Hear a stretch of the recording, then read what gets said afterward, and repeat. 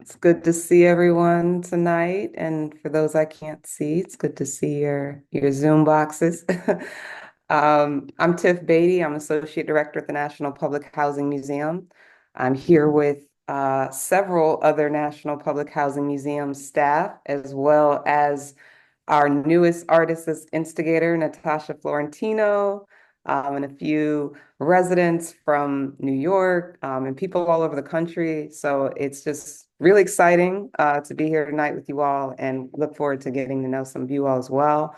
But please continue to introduce yourselves in the chat, and also ask questions as we go through the presentation. We'll get to them at the end, but you can drop them in the chat at any time. And Mark, who's on the Zoom tech tonight, Mark, if you could reshare the slides, that'd be great. We'll get into it.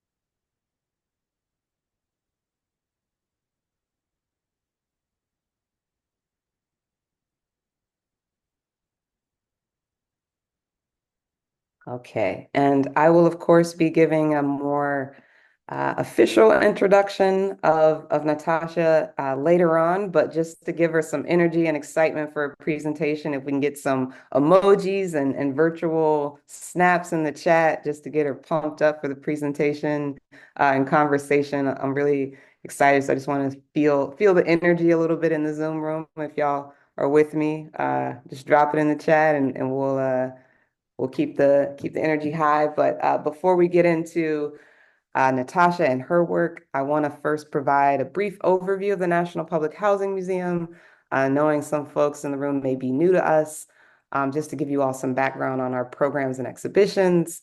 And for those of you who've been with us for a while, this is just a refresher and hopefully a little bit of new information in here as well.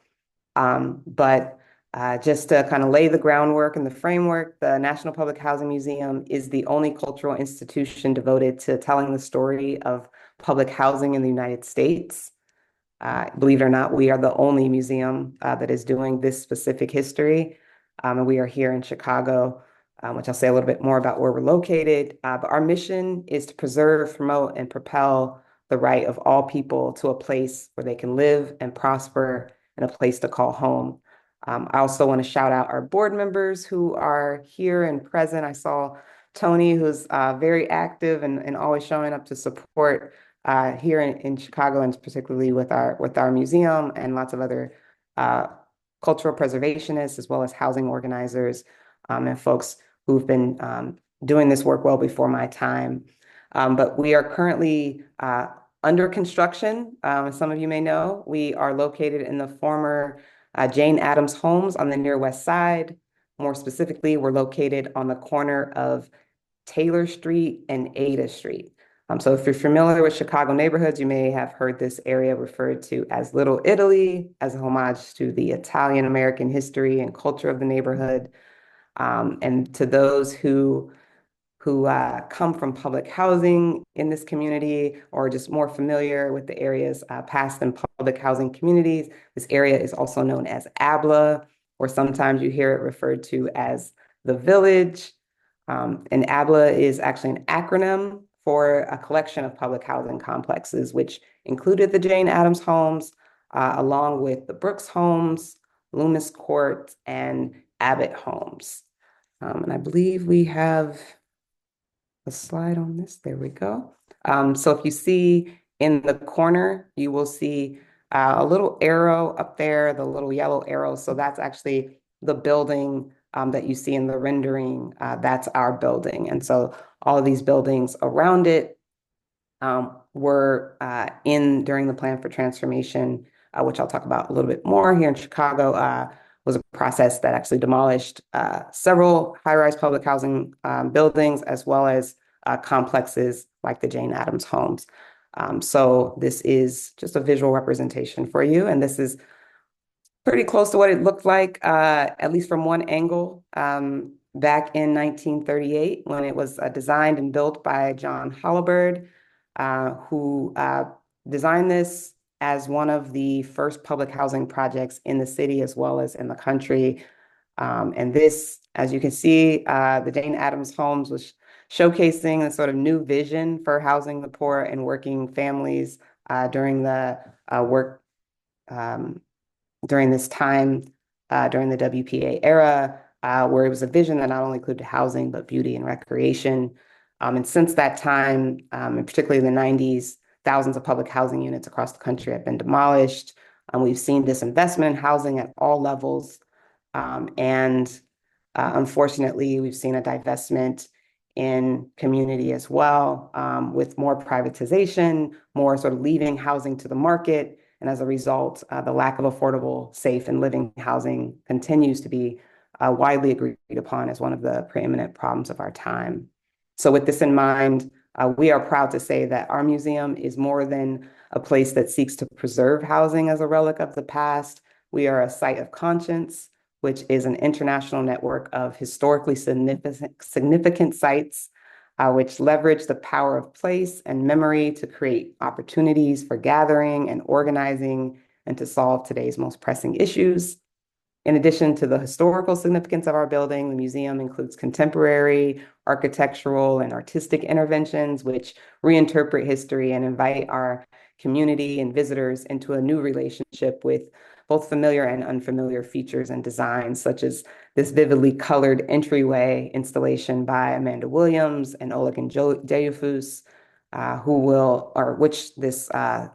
this entryway is going to be installed in the front of our building. And so we're really excited to welcome people. And once they get inside, they'll be invited to experience the texture and the fabric of public housing by visiting three historic recreated apartments representing three different families and histories between 1938 and 1975. Which tell intimate individual, family, and community stories, which really become this lens to understand this larger history of public housing and policies and their impact. The first apartment is the Turvitz apartment, where you will meet several members of the Turvitz family who were among the first tenants of the Jane Addams Homes.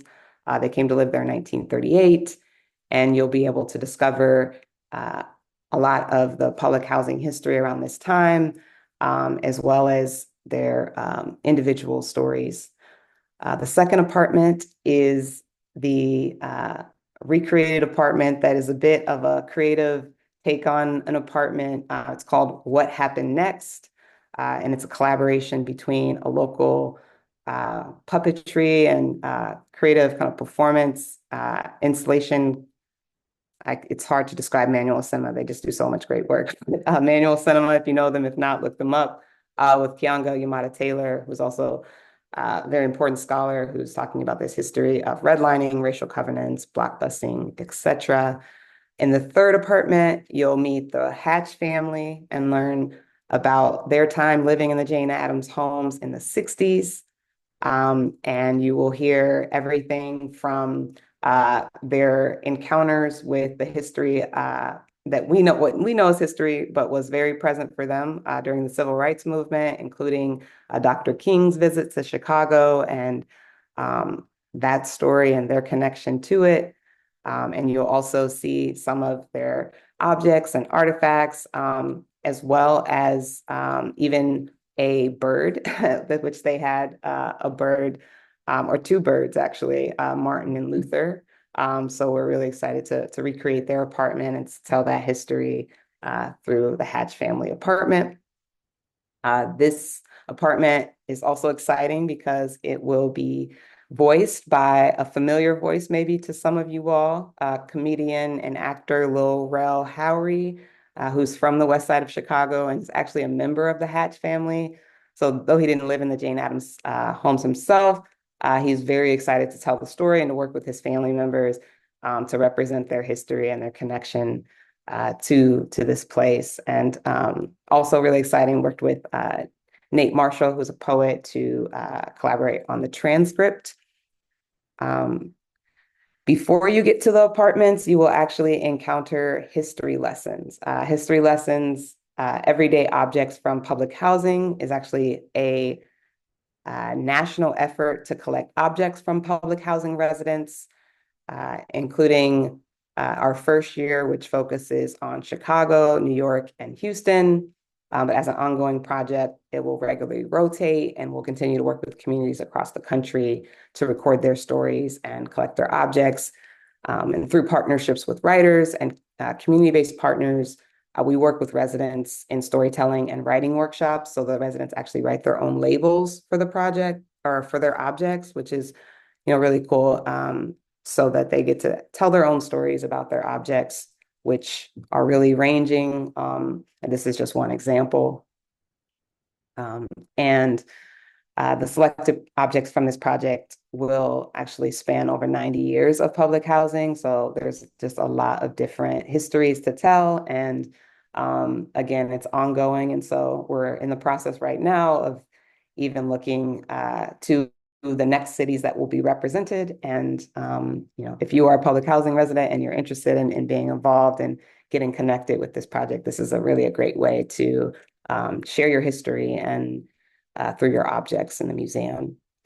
Another really important part of the work that we do in talking about the history and the present, the life and culture of public housing is music. So we have a rec room, which is curated by our guest curator, DJ Spinderella of the legendary trio Salt-N-Pepa, which will encourage visitors to engage with the music of public housing by listening and even curating their own playlists. So that's really exciting. And of course, we can't have a whole room dedicated to music and not throw a few parties to celebrate the history and culture. So this programming has been ongoing. And as you can see here, one of our most well-attended events, which brought together, I think, over 3,000 people to Millennium Park in downtown Chicago to celebrate the past, present, and future artists, musicians, and dancers from public housing, as well as some of the leaders and workers, organizers who support this work. Similar to music, we also embrace oral history as an accessible and adaptable history-making practice for all ages and backgrounds. We run an oral history training program for people from public housing to become oral historians. And we recently launched our own online oral history archive, which shares these stories with the public in addition to our podcast Out of the Archives. And both of those are available on our website, which I'm sure someone will drop the link in the chat if they haven't already. Our museum will also include an oral history recording studio for listening, conducting, and also as a community resource for folks who are interested in oral history. Our entrepreneurship hub, also known as the eHub, is a suite of programs that invite participants to engage in cooperative entrepreneurship, informal education, workforce training, and other pathways to employment and economic equity.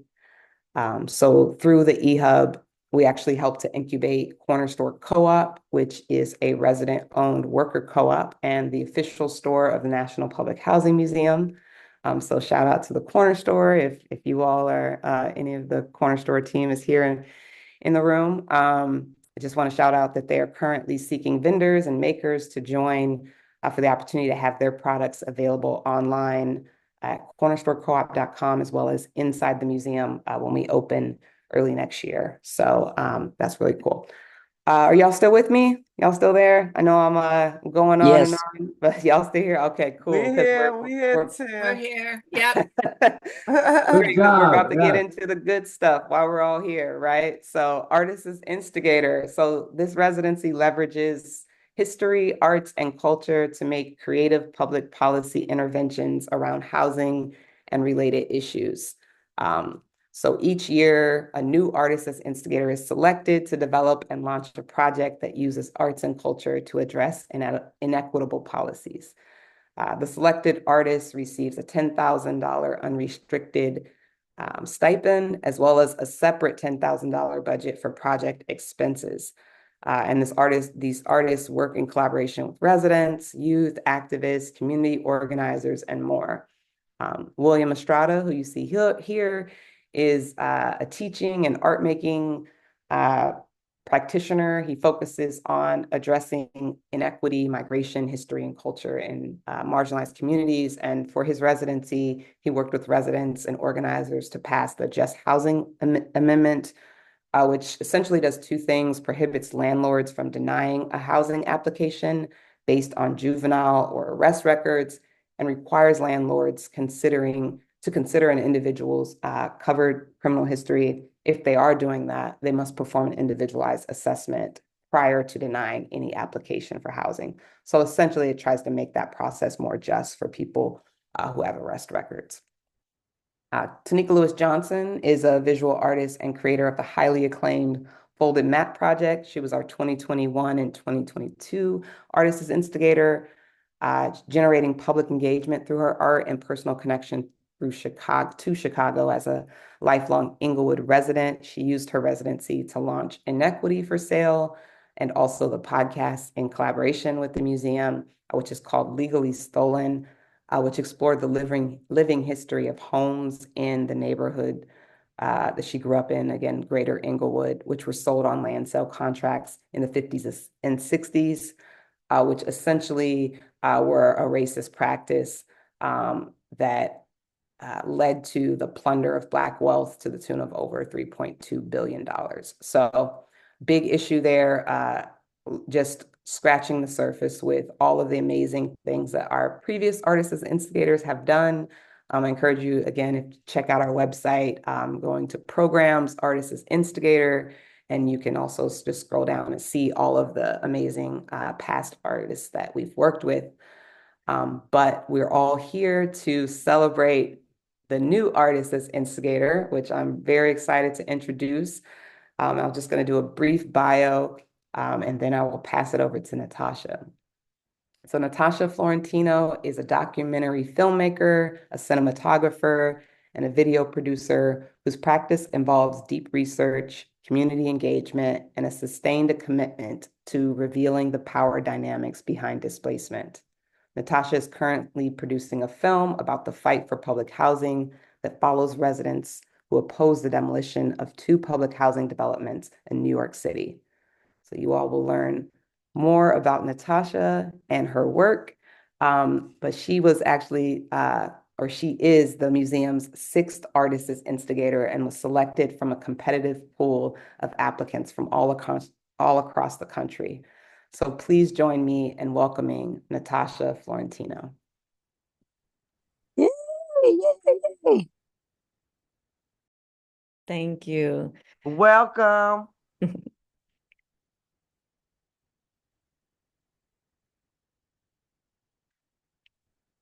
Thank you so much for joining us tonight. I feel very honored to be the Artisan Instigator this year, and really excited about having some support to pursue this project because it is really important and it is very timely.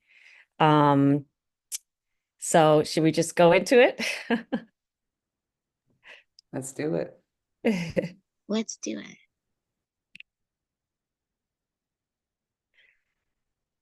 Okay, so this is a picture of my parents and me when I was probably just a couple months old. So I grew up in New York on the Upper West Side of Manhattan, in an apartment that had been in my family for several generations. It was passed down to my father from his parents when they came from Dominican Republic. And when I was in college, the landlord basically brokered a deal to sell my family's apartment and several buildings on our block to a corporation that wanted to redevelop the buildings into condos. And although my family resisted for several years, eventually we were forced to leave. And this experience really left a very strong imprint on me. I saw the impact it had on my family and all the relatives who, relied on being able to have a place to go when other things in their life didn't work out. And it really fueled my desire to tell stories about housing injustice because, as I said, it left an imprint on me and it was something that I was just never able to shake off. Could we go to the next slide? And so as I decided to pursue documentary filmmaking as a student and eventually as a career, I was living in East Harlem as a graduate student and was once again being pushed out by another developer. This time, the reasoning was that they wanted to develop a mall in a part of East Harlem that I was living at the time. And again, this just continued to add to my fuel to tell these types of stories about housing injustice. And so Rezoning Harlem was a documentary film that grew out of a unique course at City University of New York's Hunter College, where urban planning students were paired with documentary film students. And while I was in graduate school and learning about the process of documentary filmmaking, and I was simultaneously going through, trying to heal from that first displacement that I went through with my family and then going through another eviction, in East Harlem, as I was going through those different housing challenges, I decided that I wanted to start joining community meetings that were happening in Harlem, to learn about different development projects that were taking place and how residents were being impacted. And so that experience in combination with being a film student who was beginning to look at urban planning issues through the lens of documentary filmmaking, led me to explore how communities were responding to the changes that were being pushed on them. And, in my own search for answers, I stumbled upon a meeting one night in Central Harlem where residents were giving their opposition to a massive rezoning plan that was being proposed at the time for 125th Street. It was a significant plan, and many residents were showing up and giving these passionate testimonies about why they thought this plan would actually bring about negative changes to the neighborhood, or to all of Harlem, really. And I became really inspired by listening to the residents passionately stating the reasons why they felt the rezoning would be harmful, and decided that this was going to be my first documentary film. And so I worked with 3 other students at the time to document the community's opposition to that plan. I think we could go, let's see, to the first clip. Yes. And so, yeah, one of the concerns that was, I'm sorry. Yeah, one of the concerns that was really being voiced by the community was how this rezoning plan would amplify, affordability issues that were already really ravaging the Harlem community. And so we're going to play the short clip from a resident who's giving a testimony on that. Harlem is really beautiful with these condos. It really is beautiful. The only problem I have with the condos, why we can't live there. They have a word, and I don't know about you, but this word is new to me. Affordable. I don't know what that means, and I haven't met that person yet, but I'm not one of them because it's not affordable for me and you. And so I'm assuming everyone was able to see that video, the last one. I think I dropped out towards the tail end of it. Yeah, we Yes, saw it. so. We saw it. Okay. Okay, great. And so, yes, here we have Monique Indigo Washington. She was a lifelong Harlem resident who started the Coalition to Save Harlem. And so I have one more clip that I wanted to play, so we can go ahead and play that. We see here another group of businesses that have been boarded up. And so not only is this affecting the businesses that were on the ground floor, but you're also talking about businesses that are on the top floor. I'm being evicted because a big developer purchased like 13 buildings here on this corner, and now we have to move. When I was in this area, when I first started here, it was very undeveloped. There was drugs around in the area. I had vagabonds standing in front of the stores. And now that the place is developing, they just want to kick us out. I want to stay in the community, and the community wants me here. So that's what I'm going to try very hard to do.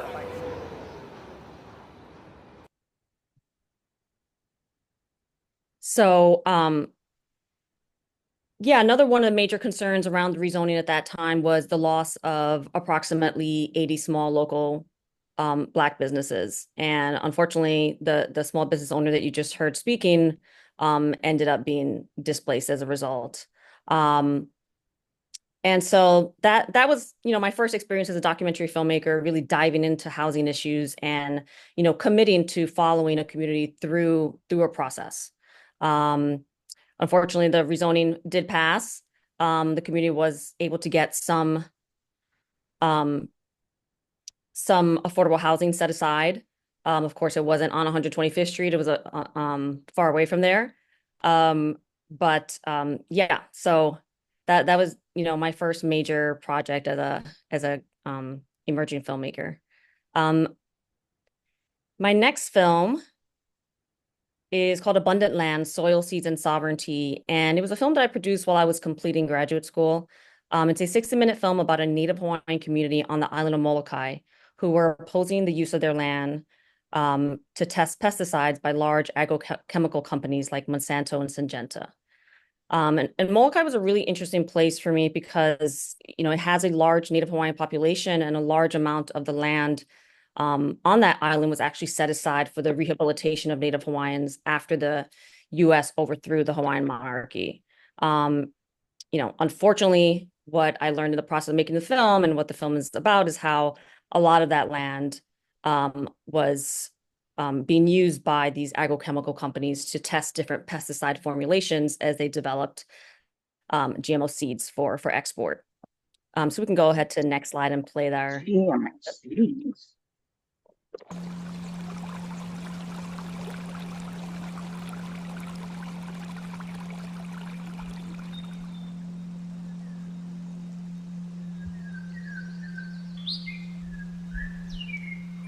On an island, you really become aware of your resources, that they're not infinite, they're finite. The wisdom of our ancestors in managing the land was just phenomenal. It created that abundance.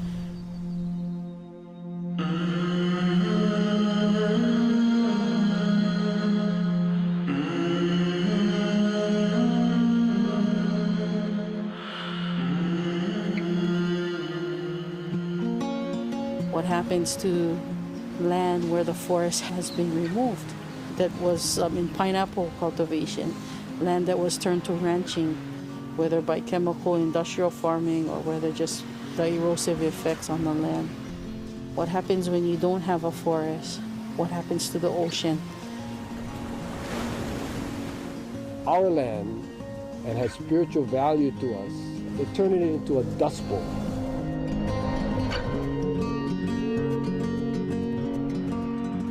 The dust storms that come out of Monsanto's fields, just something I've never witnessed before in my life, living here for 27 years.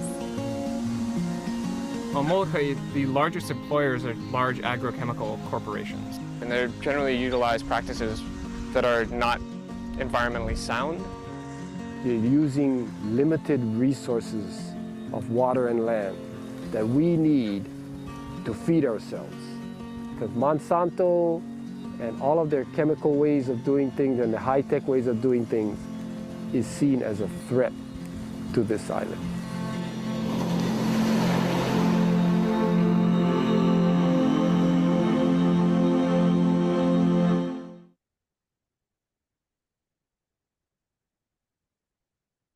And so, one of the things that really drew me to that story was being able to step outside of an urban environment for the first time in my life and really learn about and see how, this particular Native Hawaiian community understood the relationship to land and food as being vital to their healing as a community, and practice that as a form of activism in and of itself.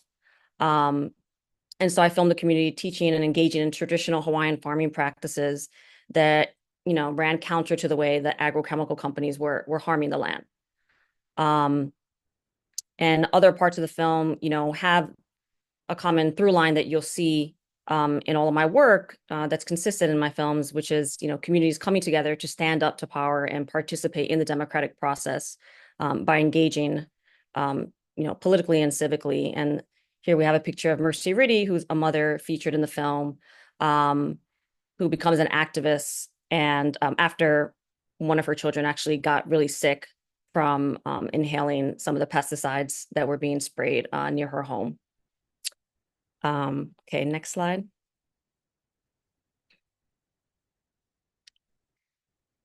And so for the past 3 years or so, well, before I say that, I'll say, I became interested in learning about what was happening to public housing nationally as I moved to San Francisco, and, one day just coincidentally read an article about how the last 2 public housing developments in San Francisco were going to be privatized. And, that was a real shock to me.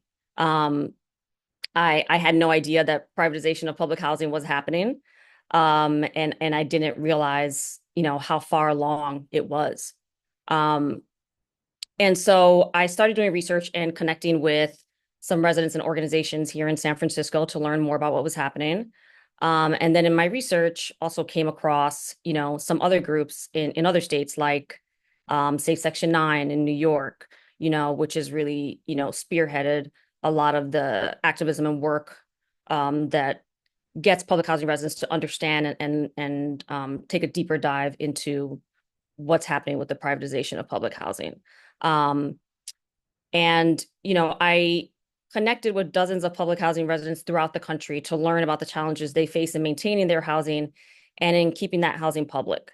I've traveled to Minneapolis, Chicago, California, where I'm currently located, and New York.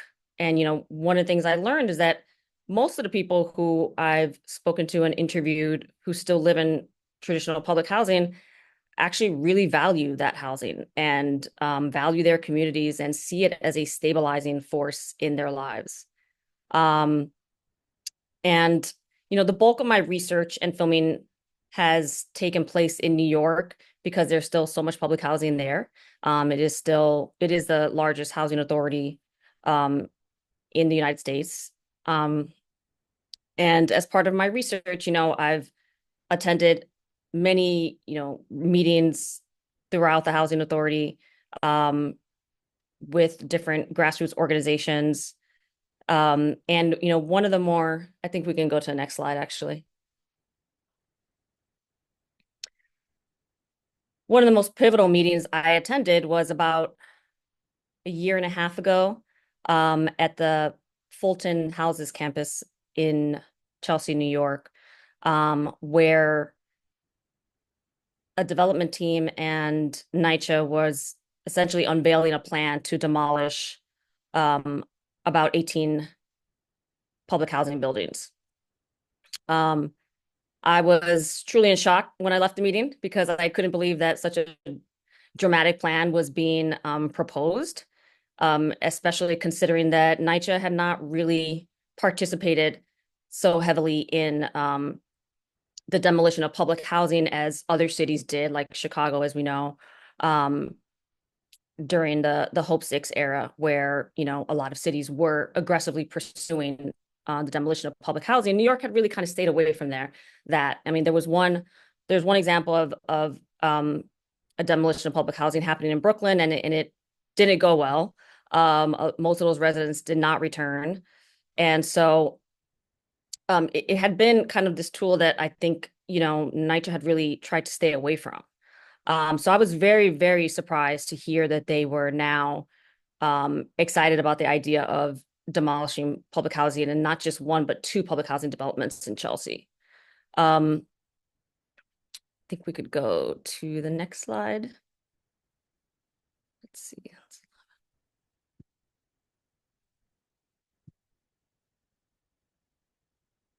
Okay, so yeah, in June of 2023, the New York City Housing Authority, along with 2 developers, Essence and related companies, announced a plan to demolish 18 buildings that make up the Fulton, Elliott, and Chelsea houses in Manhattan. So this is a rendition. It's actually a screenshot from a presentation given at a community board in Chelsea by the development team.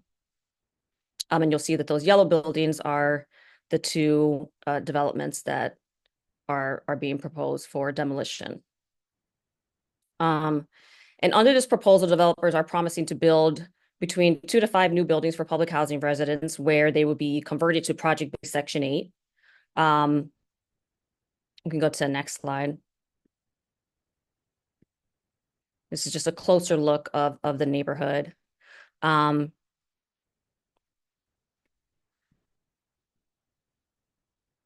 And then they will use the remaining public housing land that will become available after they do the demolition to build 3,500 units of market rate housing, including approximately 1,000 affordable units. And of course, when we say affordable, that's determined by a certain percentage of the AMI. And so usually that's still not affordable to most people in New York City. Let's see, can we go to the next slide?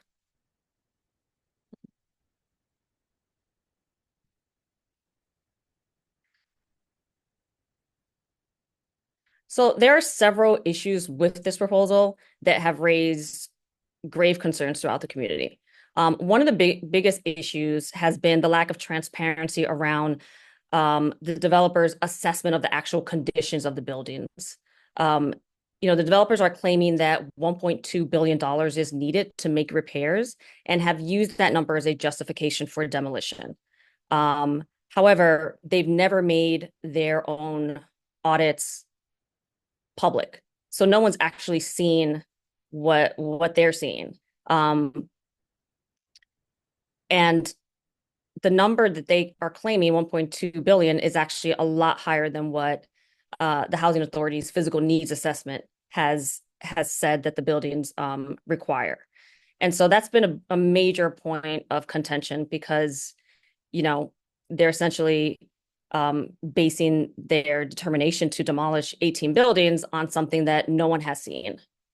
And so you're going to hear, in a couple minutes, you're going to hear directly from residents who currently live in these developments about why this proposal is so troubling. But before that, I want to clarify that the federal government has not approved this proposal.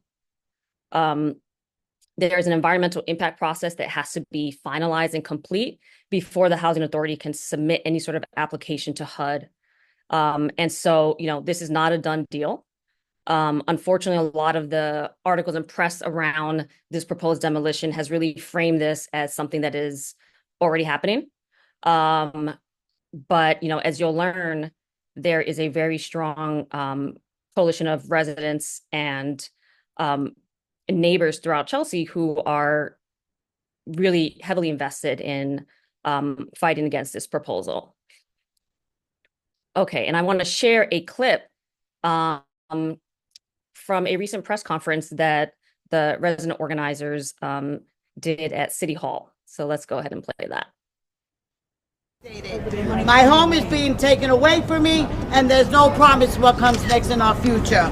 The residents of our community firmly deny the proposed demolition of our homes that has multiple generations and family, and I want my family to continue to be in that generation. Over 920 signatures and still counting of residents that don't want demolition. We are vulnerable in the hands of private developers who see the land that we live on as dollar signs. That's right. We cannot allow the legacy of our homes and the bonds between our neighbors to be torn apart. Demolition will displace residents and lead to a long-lasting fracture of our community. With Section 9, with rent capped at 30% of my income, that has allowed me to maintain long-standing community ties. Demolition threatens more than just buildings. That's right. It threatens the very social fabric that keeps our community strong and supportive. That's right. We never voted for a demolition. Never! And we never voted for RAD, nor PAC, nor any type of privatization. 920 tenants will not be silent.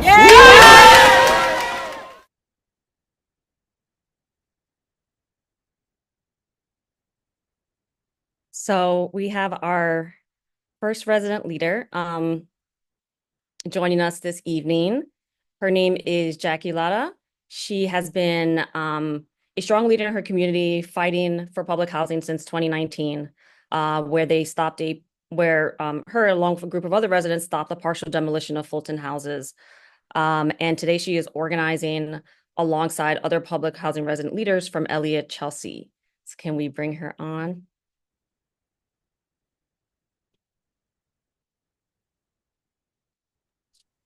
Hi guys. Can you hear me? Yes. Oh, there you go. Hello. That had me emotional. Sorry. Oh.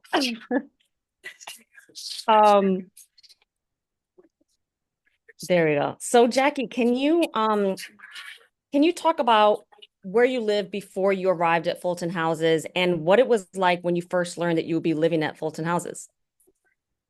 I was in a homeless shelter with my children. And we paid our dues there. And all I did was apply for public housing. Application after application. And my social worker called me on December. It's about December 11th, and she told me we had found an apartment for you. And that's when she told me go to this address, and I came here to 401 West 16th Street. Management was waiting for me. And I moved in before New Year's Eve. This was the best Christmas present and my children ever felt. I would never forget the feeling. And we've been here since. And I always said that I'll be coming out of here, out of a body bag. I mean, I love my home. I love the neighborhood. And I have every right to be here and share the amenities that everybody else has around here. Thank you. And one of the things that people are saying who are supporting this demolition plan is that the conditions of the apartments are horrible. They're deplorable and beyond repair. Can you just tell me about your personal experience in your apartment and your friends' apartments at Fulton Houses? That first of all, that's not true. I have these people have come up with pictures that I don't know where those apartments came from, but this is not Fulton at all. I have no molds. I have no ceilings falling. I mean, it's perfect. I've been here 22 years and I still have the same closets. Everything is still the same. I don't have no mold, no mildew in my bathroom. I still have the same cabinets, the kitchen sink. So, and I've had 2 elected officials come here just to show them that this apartment is not falling apart. Why are they allowing, to do this demolition? And they have nothing to say. And we don't get no support from them. That's the sad part. And it's like they're all into this. But I've invited so many people to come into my apartment. Even Natasha came here, and there's nothing wrong with it. Nothing at all. Our neighbors, nobody. I mean, nothing. I mean, yeah, we could use a new cabinet and stuff, but there's nothing that these buildings are crumbling down. Yes, thank you. I have visited Jackie's apartment, and part of that will definitely be featured in the film. Thank you so much, Jackie. So we're going to go to our next resident leader, Salinas Miranda. Salinas is a lifelong resident organizer from Elliott Chelsea Houses. So can we bring her on? Hello. Hello. Should I introduce myself? I think he's going to spotlight you, so give us a second. We just need your video on for just a second. Oh, yeah. I think he's going to put your video on and then.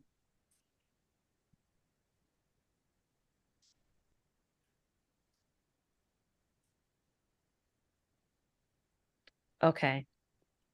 Great. Thank you. Yes. Yes, thank you for Sure. joining us. Could you introduce yourself? Yes, I'm Salinas Miranda, and yes, I am a lifelong resident of the Elliott Houses in Chelsea. I'm part of the organizing team, FEC Tenants Against Demolition.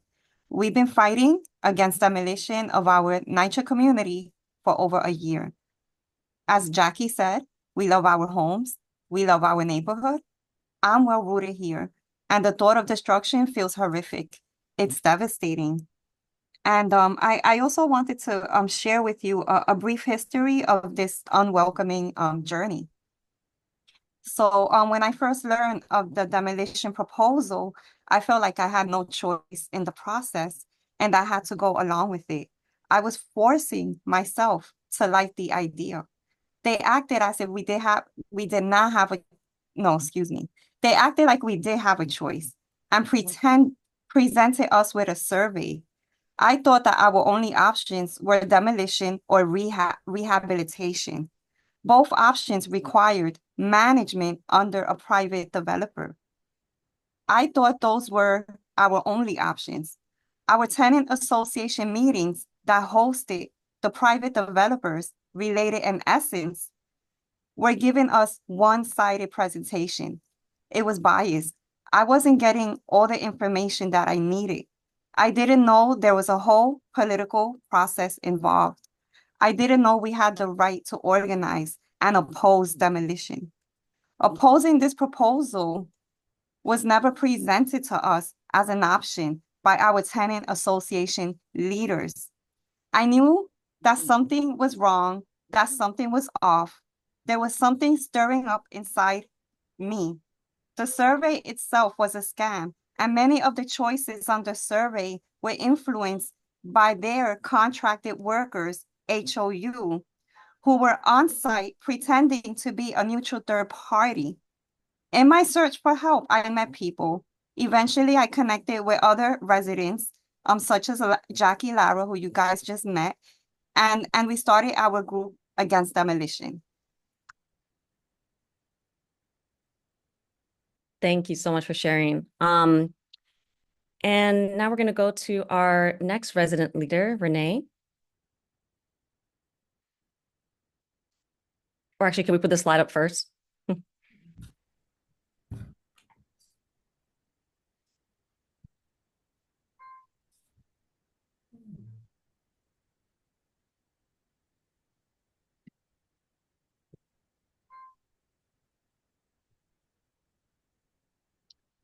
So Renee Kitt is a resident organizer from the Elliott Chelsea houses. And we can bring her on now.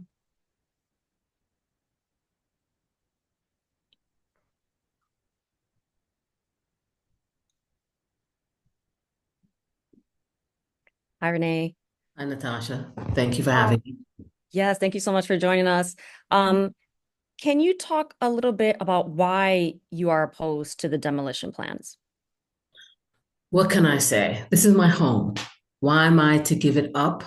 Because Related is greedy. They have control of so much that is the west side of Manhattan. They've been lying to us. I mean, we find out in October 2022, they were considering the first build option. And that means demolishing our homes while they were telling us they were going to rehabilitate it. Anything they say, you have to realize is a lie. The same way they keep saying that we voted to demolish our homes. It was a survey. Survey is non-legally binding. Why am I to give up my home, a place where I feel relaxed, calm, and safe, that I can come down on a hot day, sit in the courtyard, hang around with my community, watching the guys play dominoes and the kids running all around. And then you got people at the various table just being a community and hanging out together. Why am I to do that? There's no reason. A dishwasher is not worth that. And basically what they built today is garbage. Sorry to say, but it's not well made. Okay, I wanted to ask, in the clip we just watched, you all were talking about a petition. Can you talk about why you all launched that petition as a group and what the goals of it were? We launched that petition because everyone keeps saying, we voted for demolition. That survey never said demolition. It says new construction.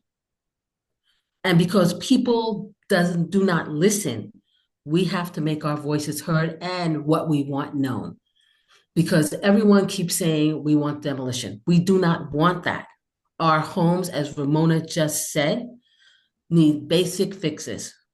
The roofs, the boilers, the heating system. You fix that, you fix everything that's wrong with the infrastructure. The buildings are built for survival. They were well built, they are well built, they're strong. What we are having done is demolition by neglect. So the point of the petition is to let people, our elected officials, to let everyone know that we did not in no way vote for demolition. We are opposed to the destructions of our homes, of our community. That was the point of it. And the point that we continue to hammer home. We will not be destroyed. We will not be sacrificed. That is what this is about. Okay, could we pull up the next slide, number 19? And Renee, could you talk a little bit about some of the environmental consequences of this proposed demolition plan? Well, one part of the environmental consequences is that there's going to be dust in the air. Mitigation. Chelsea has a very high, even though it's a wealthy neighborhood, a very high density of dust particles in the air. We are 3 blocks from the Lincoln Tunnel. Hudson Yards still continues to be under construction. So we'll have to deal with that. We also have an older population. We also have a very large tree canopy. One thing that is never said about NYCHA, it is the largest tree canopy that's not under the control of the Parks Department. So we have 370 mature trees that would be wiped out. In a place where there's just been an urban forest master plan that was positioned by our city council member, Eric Botcher, who wants to increase the tree canopy in this city by 30% and always talks about he's doing street trees. That's beautiful. We have 370 trees. Our campus has about 3 street trees. That kind of embedded carbon and the air, we need to mitigate everything that goes on in the city, in Chelsea. We have a lot of pollution, a lot of traffic. You keep putting up bike lanes, there's no problem with that, but it backs up cars. All that, there's no mitigation to. If anything goes wrong during this process, we are sitting in a construction site for over 2 decades. We do not want the environmental consequences. We should not have it. The reason we don't hang out on the High Line is because it's very, what should I say, hot up there. It's too crowded. We need air to breathe, and that's what our trees allow us to do. These trees are 8 and 9 and 10 stories tall. That's how tall and that's how long they've been there. There are a lot of environmental consequences. One of them will be the asthma that people suffer with. That's very difficult to deal with. And, you know, as much as we can say environmental consequences are important, it's also the mental health and physical consequences that come from these environmental consequences that have to be thought of as well. So yeah, there's a lot of things. Thank you. And yes, speaking of the High Line, here's an image of Salinas actually on the High Line looking towards her public housing development. And, you know, as we wrap up, I just want to also say, I meant to say this earlier, but got cut off with the internet issue. You know, this residency is such a blessing, you know, for me and also for the residents, because it's really given me the opportunity as a documentary filmmaker to dive into telling the story exclusively about what's happening in Chelsea with this proposed demolition plan, and to give people an alternative view of what the reality of living through a demolition plan really entails. You know, I think part of the way the development team and housing authority has been able to really get a lot of support for this project is because they're not giving the public all the details.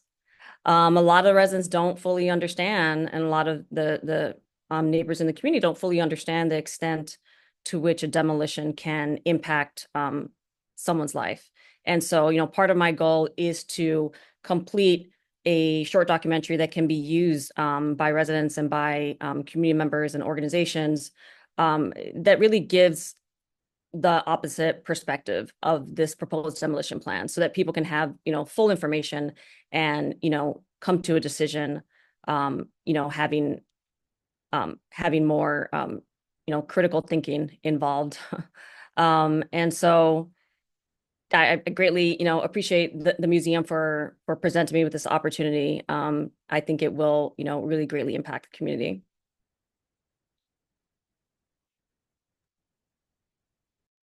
Thank you. Thank you, Natasha, and also Salinas and Jackie and Renee. I have to just shout out, because Ramona also dropped in the chat, Raising Liberty Square, which Renee joined us for a screening earlier this year, which we partner with Save Section 9 and also our local public housing leadership here. I'm not sure if Catherine is here, but it's great to just bring folks together around a film to talk about the work they're doing, organizing in different cities against similar issues, but against a different timeline. And, we hope, and in some ways that was a moment that really opened our eyes to the importance of this project and the work that's happening in New York, and the timeliness, as Natasha put it so well. And there's lots of really good questions in the chat that are continuing to come in, and so we're collecting those.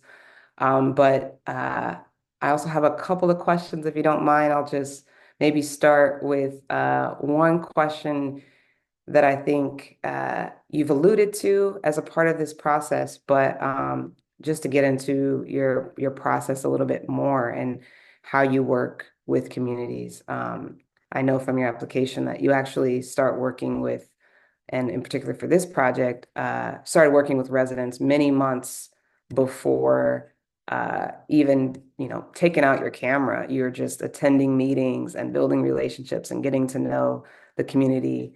So can you talk just a little bit about why this part of your process is so important and kind of what you gained in that sort of pre-work, if you will, and how it got you to this moment? Yeah, I think it's important, as a documentary filmmaker to really engage in as much deep listening as possible before you start filming. And so I did do a lot of kind of deep engagement with the community. Like I said, participating in various, meetings, whether that be small meetings held by residents or, some of the smaller grassroots organizations that have really been working hard to organize residents. So attending those whenever they show up, and then also I went on a couple trips with some of the groups to lobby both in DC and in Albany. And I just think, as a filmmaker, it's important for me to communicate my authenticity as much as possible. And, in a lot of ways, I don't approach my work as neutrally as maybe some other filmmakers. I do have a perspective here, which I think is important to state that, I really do believe that public housing is a very vital and important component of, the nation's housing system. And I don't think we should be completely privatizing it or getting rid of it. And so, I think it's important to show up and let, residents know that is, where I stand and how I truly feel. Thank you. I'm going to try to couple up a couple of the questions. Hopefully that makes sense. We had some questions that I feel are a bit related, but we can also expand. So I think a lot of people are wondering and just thinking about, back to the where we are now and kind of what's next and where we are in this moment, what's possible, whether it's legally or just what an outcome of this could be, of this fight on the organizing side, and also just the petition drive that the opposition and the organizing, but also your work and the timing of the film. Maybe you could just say a little bit more about when you're hoping to produce this and kind of the impact that you hope that it has. Oops. Yes. So as soon as I'm done with this call, I'm going to start putting together my battle plan. I hope to start building a post-production team. So basically an editing team that's going to work with me over the next couple months to produce this short documentary. A lot of the filming has already taken place, but there's still more that I would like to do.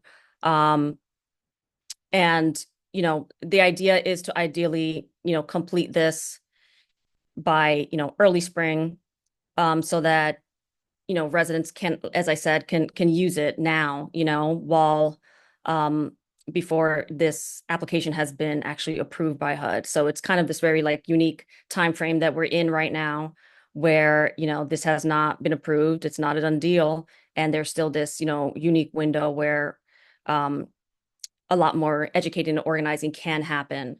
And so that's what I'm working towards.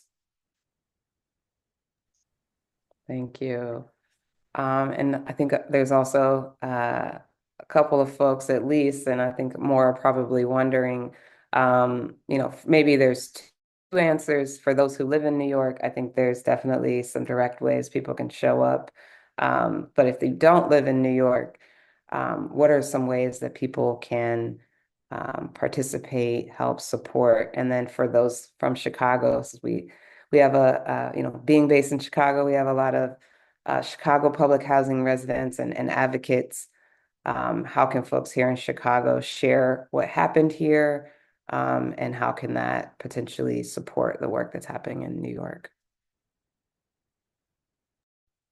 Yeah, so I mean, I'd love to, you know, brainstorm with folks about, you know, organizing screenings that can be paired with panel discussions that could feature former residents or current residents from Chicago who, you know, can impart some of their wisdom and share that with residents who are currently, you know, in this fight. And so it would be great if folks can email me, florentino.films@gmail.com. I think that, you know, as I near the completion of the film, I'd love to collaborate with the museum and with any other organization and residents who are interested in, you know, fostering more discussion around, you know, what demolitions of public housing has, you know, actually done to communities, and how can folks actually, you know, fight against it. Thanks. And yes, we will be also sharing out some of these ways that people can get involved. And obviously, as the museum, working alongside Natasha to try to develop some of these programs. And I shouldn't say try, we will develop these programs and opportunities for education and connecting folks with resources and organizers like those you all heard from today. The teaching tools and all of those things will also be things that we'll be able to share out through our channels. So please connect with Natasha, and also follow the museum. In just a moment, we'll also share on the screen some more links and information for you all to get involved and follow the project. We also have, I didn't share it today, and it, you know, it's so many slides to get through, but we have a space in the museum that is called the Demand the Impossible Advocacy Space. And there will be an artist as instigator, process exhibit, and also just some information for folks to learn more as they come through the museum. And so, you know, there will be a lot of different ways that people can connect here in Chicago that we hope to do that through both our programming, our museum exhibits, and also through, you know, some of these tools that we will support and share out. And the Oral History Archive is another resource that will be connecting with Chicago residents using that resource. So we'll circle back and share some information about that as well at the end. But one more, or I should say two, because they're related, practical kind of questions for you. Natasha, people loved your films, just the short clips that they got, and also your presentation. And so they're wondering how they can get more of both. Can you share with folks how they can see your films? And also, would you be open to sharing any of the information that you presented in your slides more broadly? Sure. So both my films are distributed by Third World Newsreel. And the first film has its own website, rezoningharlem.com. I'm putting that in the, oops, I think I accidentally sent that to someone directly. I'll put that in the chat. And the second film, Abundant Land, that can also be found on my website and also on the distributor's website. So I'll put that information in the chat as well. Awesome. Okay, so as we start to wrap up here, we are going to shift back to our slides and then just give you all some final information, which is lots of stuff going in the chat as well. So as we share screen, make sure to keep the chat open as well in case you want to copy paste things directly from there. But here are a bunch of handles depending on your preferred social media platform. Take your pick or follow us on all of them. So in orange, you have all the museums account handles, and then in blue are Natasha's. So we invite you to follow us and stay tuned for more. And all of you all who joined this, whether well, I should say everyone who registered, whether you were able to join or not, will receive the video recording for this as well. So that's another great resource. If you're looking for the presentation, it will be embedded into that. We'll clean it up a little bit so you don't get that that break that yeah, gentle break we had between tech issues. But the video will be sent out to you all. We should have your email if you registered for this program. And yeah, stay tuned for our opening. We're really excited. If you go to the museum's website and any of the programs that you click on, there will be or any of the menu items that you click on, you'll see a little drop down for sharing your email to get updates at nphm.org. And again, if you are in Chicago or New York, there's the codes on the screen. If not, there is a Google form. If you all can drop that in the chat as well. Anyone who's a public housing resident, a current resident, or someone who's displaced from public housing, they're invited to join as a member for free. Just one tip on that tiny URL join form. It does say $120 for a friends and family membership. That will go away on the second screen. So it looks like it's going to charge your card, but don't worry, you won't be charged. You won't even be asked for your credit card. It just looks like it's going to charge you. Once you enter that code, you should be good to go. And then, yes, finally, we alluded to our Oral History Archive. You can learn more about that on our website. You can also use this QR code or this URL to sign up directly for sharing your oral history. And I believe our Oral History Archive manager, Liu Chen, also commented in the chat. You can reach out directly to them if you're interested. A large part of how we advocate and do this work from the museum is to share stories, to collect stories, and to build community around stories. And so storytelling is an important social tool that we use and share with our communities. And so if you all are interested in being a part of that work, we also will be sharing resources, including oral history interviews with Natasha to potentially learn more about Chicago public housing and other communities that are facing displacement. And so lots of great work happening through our Oral History Archive. And we have a podcast because doesn't everyone? But ours is like the best. So check it out. It's called Out of the Archives. If you are a podcast person or you like listening to stories, I learn a lot with every episode. It's really, really great. So that is the end of our program. Thank you so much, everyone. We really appreciate you, and especially you, Natasha. It's already been amazing working with you. You're just such a pleasant person, in addition to being just such a powerful advocate for underrepresented voices and people who obviously are very strong and powerful, but aren't recognized as such. And you're amplifying the power that we have in our communities and the beauty and the community that forms within and around public housing. And so everybody give it up one more time for Natasha. This is just filling me. Yes, yes, yes. It was awesome. Thank you. Congratulations, everyone. Natasha. Yeah. Well done. Thank you. Well Come done. off mute and just Bye, Brenda. Natasha. Look forward to the film. Thank you. Thank you so much It for was helping us. amazing, Miss Thank you. Natasha. Thank So you for much, helping us. so much, so Thank much, you. so much. It's so a pleasure much, so having much. you, Miss Natasha. Beautiful. Thank you. Thank you so Very much much. for joining us. Thank you. It was amazing. Good. Thanks, everyone. Thank you, Miss Appreciate you. Tiffany, too. Appreciate you. Of course. Thank you.